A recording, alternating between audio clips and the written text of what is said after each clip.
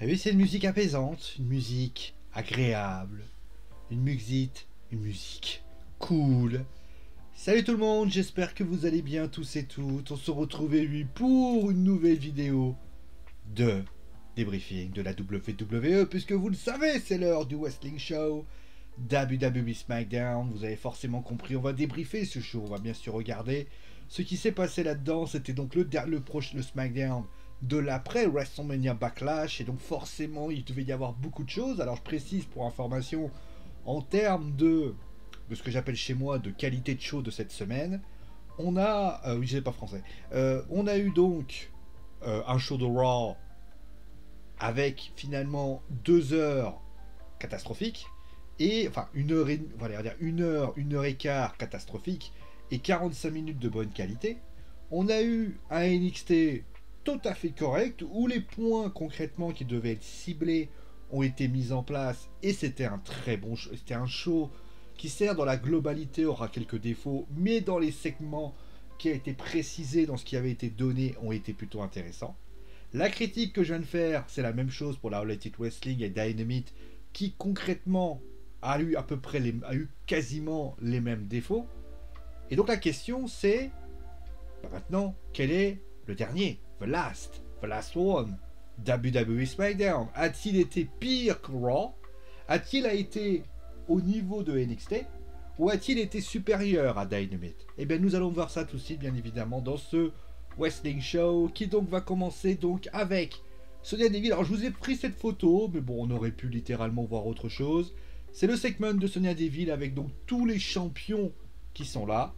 The champs are here. Alors donc moi, dans ce segment là, j'ai envie de dire que c'était plus un opener, un segment opener d'introduction pour essayer, voilà, de baser les champions. Et dans un sens, c'est réussi. Alors certes, la présence de Sonya Deville n'a pas non plus été très utile plus que cela, puisqu'elle était plus là en tant que présentatrice, elle n'était pas là en tant qu'officielle, etc., etc. Mais en tout cas, ça a permis notamment d'avoir de poser du 8 envers Roman Reigns, qui se considère tellement au-dessus qu'il n'a pas besoin d'être là pour ça.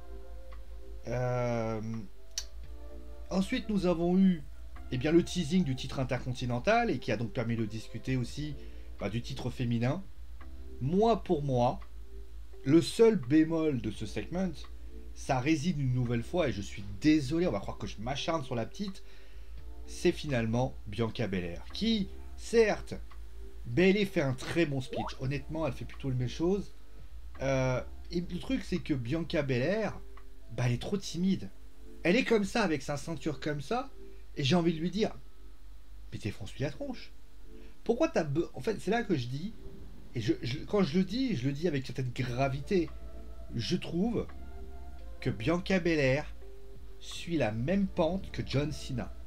Regardez Bianca Belair, regardez John Cena, j'ai l'impression qu'on est en train de voir le même trajet.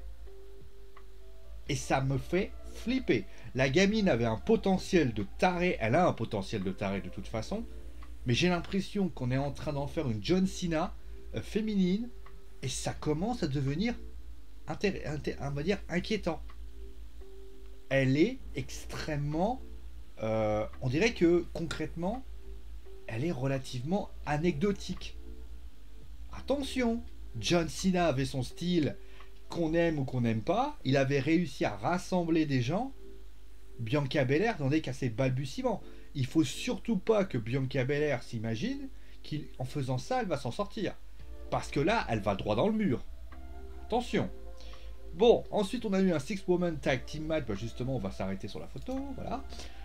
Franchement, moi, le constat que j'ai envie de dire par rapport à ce match, qui avait rajouté Bianca Belair et Bayley, mais bon, à la limite, ça 6-4, bon voilà, c'est que j'ai le sentiment que, en fait, c'est WWE Raw le problème. Parce que vous avez eu donc un épisode la semaine dernière avec WWE SmackDown et le WWE Women's Tag Team Championship qui a été excellent.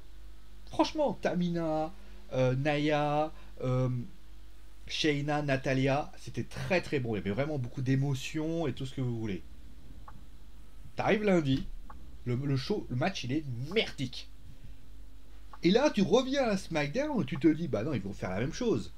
Bah non, à croire que les officiels de SmackDown ont un truc que les officiels de Raw n'ont pas.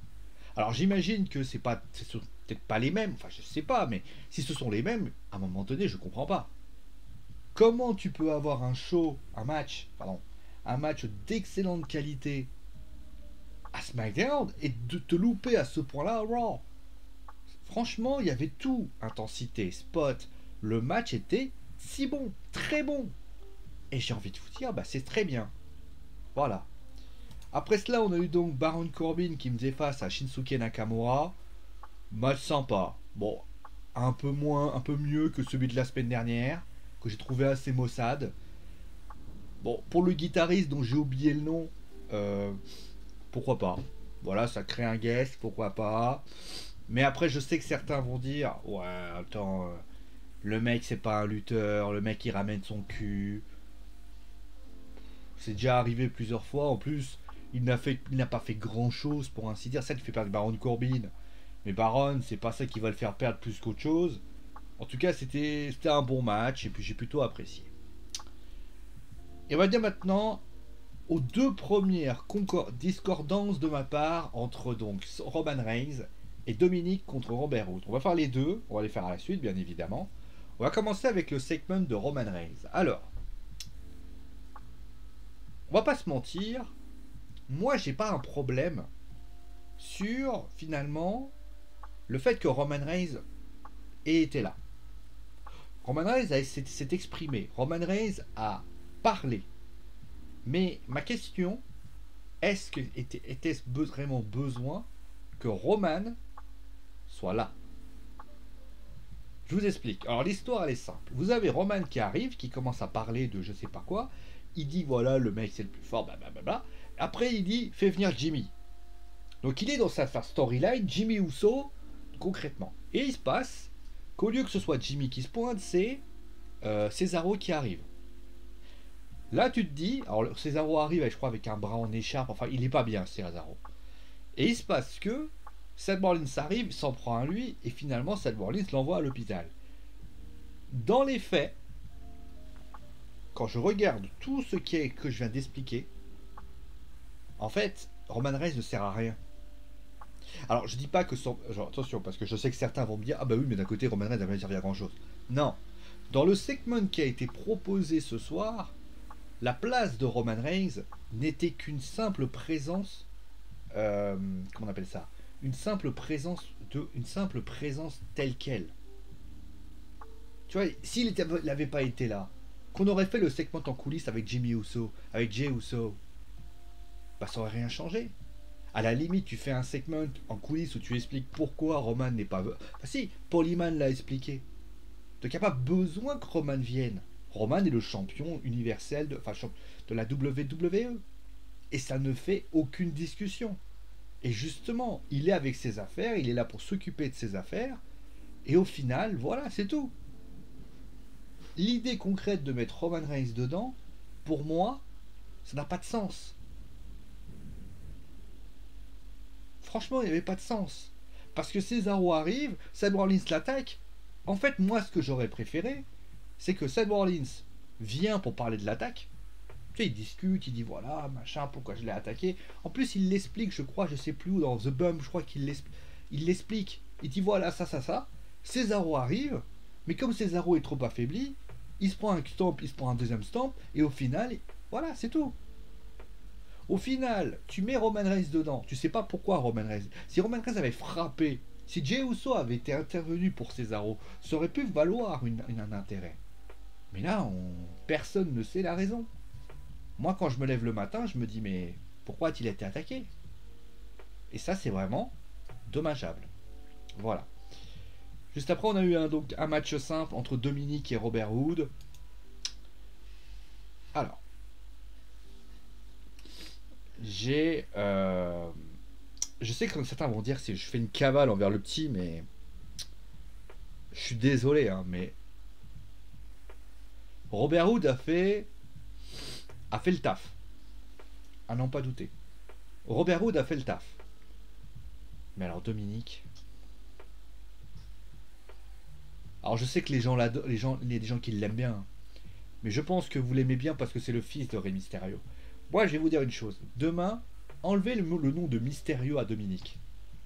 D'accord, vous prenez Dominique, vous l'appelez Dominique, je sais pas, Dominique Roux ou Dominique Mantis. Voilà, Dominique Mantis. C'est un truc écrit Mantis. Sur mon casque, mon micro est Mantis. Euh, je vais l'appeler Dominique Mantis. Lutteur de NXT qui vient d'arriver à SmackDown.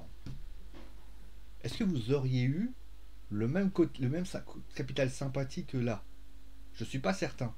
Moi, vous savez, quand je prends Dominique, je le prends tel. Je le prends pas comme le fils de Rey Mysterio. Je le prends comme un catcheur lambda qui a pour objectif d'évoluer. Aujourd'hui, si Dominique était juste un Dominique Mantis, donc un lutteur lambda qui apporte quelque chose, ben je ne suis pas certain que Dominique aujourd'hui aurait les ceintures par équipe de SmackDown. Je ne suis pas certain qu'il aurait toute cette exposition qu'il mérite. Parce que le catch de Dominique, il est plat. Et je pense d'ailleurs que le jour où Dominique va se séparer de son papa, il va faire ça. Alors peut-être qu'il fera pas, peut-être qu'il fera un bon heel, j'en sais rien. Mais c'est une catastrophe, Dominique. Dominique aujourd'hui, moi je le vois depuis quelques années, ça fait quand même pas mal d'années qu'il est là. Le niveau de catch de Dominique, je le trouve plat. On essaie de faire. Après, il y a des raisons. Dominique, on essaie de le faire devenir le nouveau Rey Mysterio. Mais Dominique n'est pas Rey Mysterio. Il n'a pas les qualités d'un Rey Mysterio. Pourquoi? Il n'y a pas un. Voilà. Bon. Alors, on va faire comme ça, c'est mieux. Il n'y a pas un léger problème? À droite, c'est Dominique. L'autre côté, c'est Rey Mysterio. Vous n'avez pas un léger problème là? Rey Mysterio mesure, je crois, 1m71. Dominique mesure 10 cm de plus. Peut-être 15. À partir du moment où les deux mesurent... Dominique est très grand. Il ne peut pas, déjà, un niveau technique... Alors, il peut être un bon catcheur, avec une taille, comment faire du half-flyers, mais il ne le fait pas. Moi, quand je regarde le catch de Dominique, je me pose beaucoup de questions. Je me pose beaucoup de questions de ce que Dominique aurait fait si ça avait été Dominique Mantis. Les gens qui l'aiment, moi je pense que les gens qui l'aiment, ils l'aiment parce que c'est le fils de Rey Mysterio. Si ça avait été le fils d'une personne lambda, je pense qu'il aurait déjà été viré. Peut-être que je me trompe, peut-être que vous allez me dire, mais non, mais ça c'est facile de dire ça, ça se trouve, je trouve qu'il a un potentiel. Alors, peut-être. Vous savez, des lutteurs qui ont un gros potentiel et qui n'ont pas réussi à s'exprimer, la WWE en aura et en avait. Le cas le plus concret reste par exemple, le premier c'est Kala, qu'on appelait Mystico. Talent exceptionnel. Quand il est arrivé à la WWE, ça a été une catastrophe ambulante. Prenez Kenta. Kenta Hideo Itami. Le mec, quand il est arrivé, c'était un talent exceptionnel. Il n'a jamais réussi à percer. En quoi Rey Mysterio serait en mesure de faire quelque chose de plus fort que lui? Rey Mysterio, Dominique Mysterio. Je ne suis pas en train de faire une cavale contre lui par rapport à certains pourraient l'imaginer. Les gens pourraient dire, ouais, Dominique, tu ne l'aimes pas.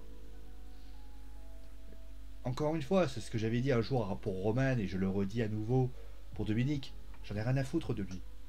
C'est un lutteur, il fait sa vie, il fait son truc, il fera une carrière. Est-ce qu'elle sera grande ou est-ce qu'elle sera petite? Ça sera à lui de la créer. Mais dans l'idée, son potentiel, bah, il laisse une grosse interrogation. Je me pose beaucoup de questions pour ce jeune homme. J'espère me tromper, j'espère qu'il... Là, il est champion par équipe avec son papa. Très bien. Mais quelle en sera la suite?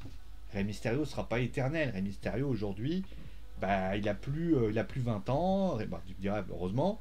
Mais aujourd'hui, ça doit être... Si Dominique doit être le futur Rey Mysterio, a priori, d'après ce que les officiels veulent, il faut que Dominique en endosse les responsabilités. Il ne les endosse pas. Voilà, ça c'est la réalité. Et notamment, ça fait référence à ce que j'ai dit à WrestleMania Backlash. Vous avez Rey Mysterio, vous avez Dominique. On peut imaginer, vous savez, et j'en ai parlé notamment à WrestleMania Backlash, c'est-à-dire un Dominique qui doit faire ses preuves par rapport à son père. Vous voulez un exemple concret?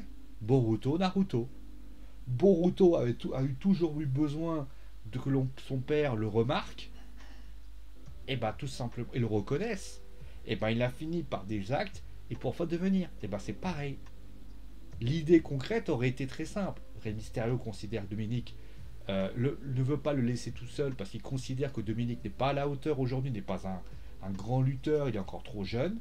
Et là, à ce moment-là, Dominique doit prendre des responsabilités.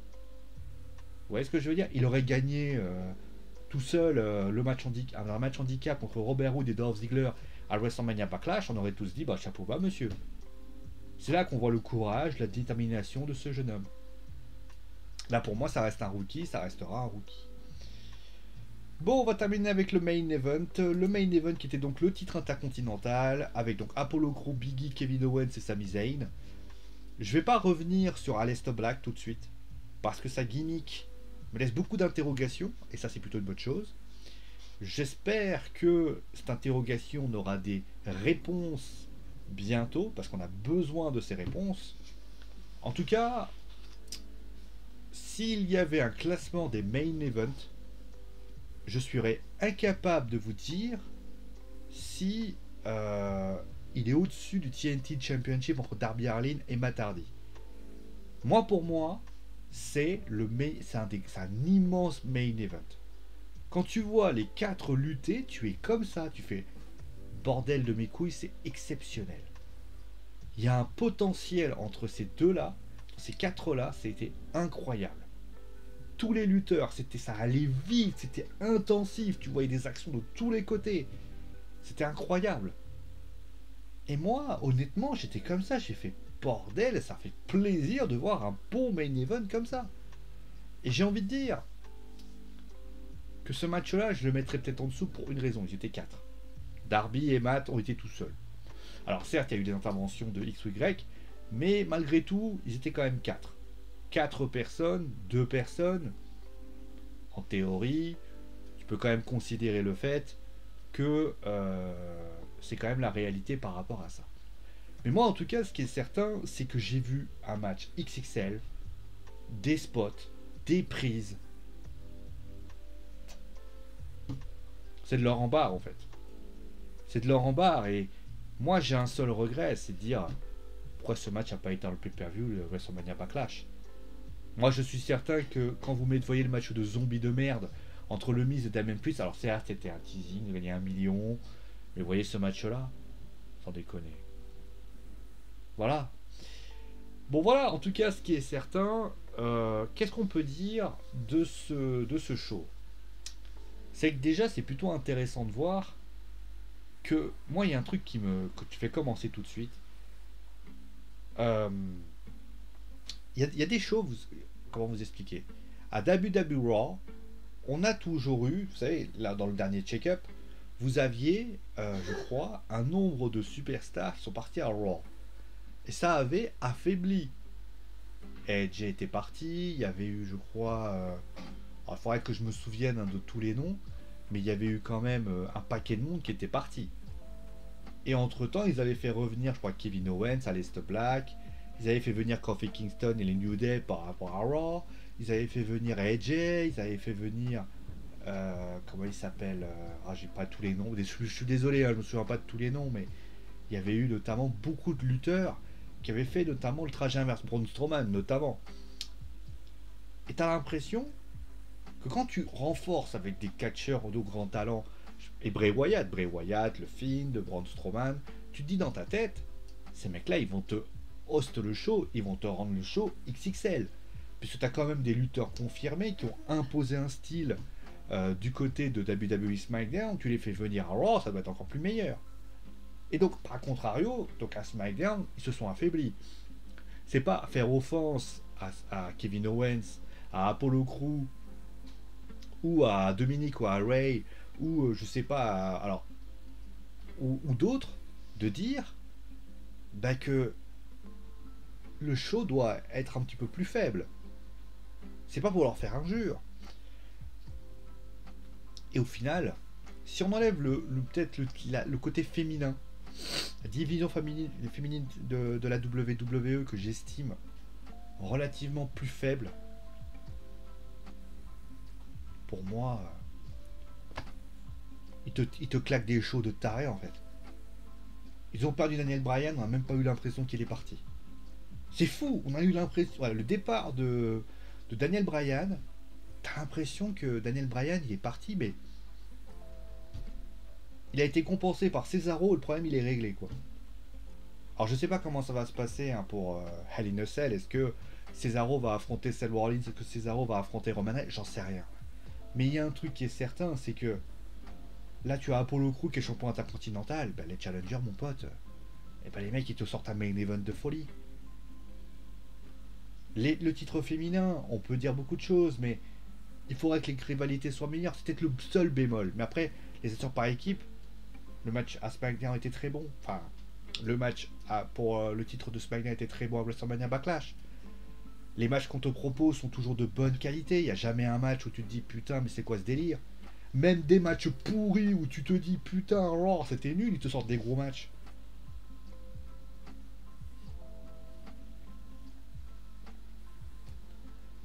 Moi, pour moi, en plus, et la petite histoire dans tout ça, c'est que dans la tête de ces gens, il faut quand même le dire, bah, imaginez quand même que du côté de la WWE, on a quand même, de la part de la WWE, quand même quelque chose d'extraordinaire. C'est que du côté de la WWE, vous avez, et je répète, des qualités qui augmentent. Oui, je retire, il y a un petit mouchoir qui est resté collé. Voilà. Donc voilà. Et le pire dans tout ça, je reviens à ce que je voulais dire parce que j'avais perdu ma phrase. Roman Reigns est moins bien, on va dire en termes d'aura, et pourtant le show tient le coup. Sacha Banks c'est pas là. Hein. Bayley a pris le relais. C'est là que je me dis, bah, c'est incroyable. Et si jamais demain elle est pas là, Bayley, Carmella arrivera à tenir. Carmella aura peut-être des difficultés, mais elle tiendra le choc. Bravo. Bravo, moi j'ai juste envie de leur dire bravo. Et vous allez voir que quand Shayna et Nia vont se séparer, peut-être que Shayna ira à SmackDown et elle sera encore meilleure. Moi j'ai juste envie de leur dire félicitations. Il faut avoir sacrément une. C'est là qu'on voit justement la qualité de ces shows que tu te dis, mais les gars, chapeau. Chapeau, chapeau, j'ai pas grand chose à dire de plus. Je vous remercie franchement de nous offrir autant. Parce que quand je vais à Raw, je m'ennuie de faire, je me dis putain. À SmackDown, je me dis mais waouh, vous avez été grandiose. Chapeau bas, monsieur. Chapeau bas. Voilà. Après, bien sûr, je t'invite à me dire ce que tu as pensé, bien sûr, du show. Était-ce le show de la honte? Était-ce le show de la gloire? Est-ce que le show de je ne sais quoi? En tout cas, tout ce que je peux vous dire, c'est que j'ai pris beaucoup de plaisir à suivre le show. J'espère que vous suivrez le même. En tout cas, si tu as aimé ma vidéo, mets un pouce bleu. Sinon, montre-la à tes potes si tu as envie de la partager. Et bien évidemment, abonne-toi, mets la petite cloche pour ainsi dire savoir. En tout cas, merci à vous tous. Gros bisous et à très vite.